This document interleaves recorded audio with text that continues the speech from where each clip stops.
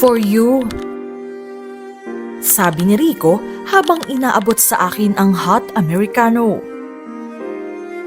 Para sa'yo rin, sabi naman ni Nate habang inaabot ang milk tea. Pareho silang nakatingin sa akin.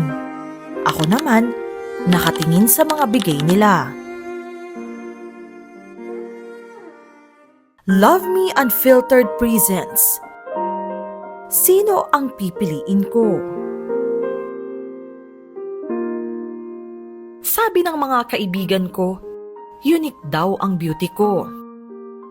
Sabi naman ng tita ko, kailangan ko lang ng konting retoke. Hindi kasi ako yung tipong mapapalingon ka kapag nakasalubong mo sa daan. Pero ako yung tipo na kapag ipinadescribe sa'yo, malamang ang sagot mo, mabait naman siya. In short, hindi ako maganda.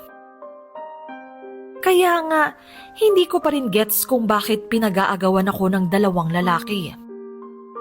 Sina Rico at Nate. Si Rico, tahimik at maalaga. Siya yung tipo na lagi kang dadalhan ng pagkain. Aalalayan at ihahatid pa uwi.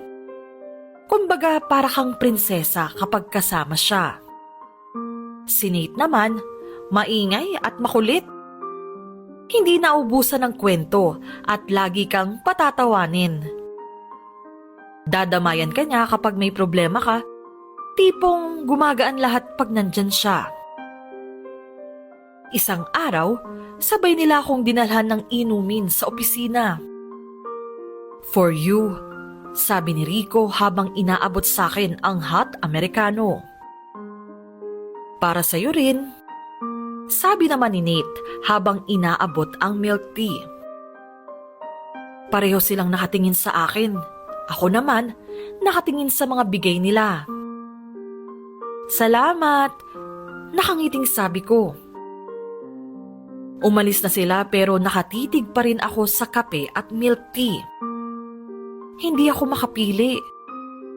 Gusto ko ng kape, pampagising at para makapag-focus sa trabaho. Pero gusto ko rin ng matamis na milk tea para gumanda ang mood ko. Pwede bang pareho na lang?